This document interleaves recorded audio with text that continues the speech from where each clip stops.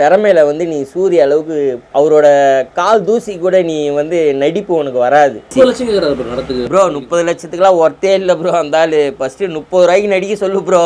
அந்த ஆள் என்ன ப்ரோ ஷாருக் கானா ப்ரோ 30 லட்ச ரூபா 50 லட்ச ரூபான்னு உங்களுக்கு தெரியும் சொன்னாங்க, நிறைய பேர் சொன்னாங்க. ஆமா தெரியுமா ப்ரோ உண்மையா? ஐயா அவருக்கு உண்மையா கல்யாணம் ஆயிடுச்சு ஐயா. கல்யாணம் ஆகி 2 குழந்தைங்க இருக்கு ஐயா. 2 குழந்தைங்க மதுரையில தான் இருக்குது. அவரு பார்த்தீங்கன்னா ஃபுல்லா வந்து எப்படி சொல்றதுன்னா ஒரு மாதிரி நம்ம நவீன் சொன்ன மாதிரி தான் அவருக்குன்னு ஒரு உலகம் இருக்குது. அந்த உலகத்தில் வந்து நடிகன் ஆகணும் ப்ரோ.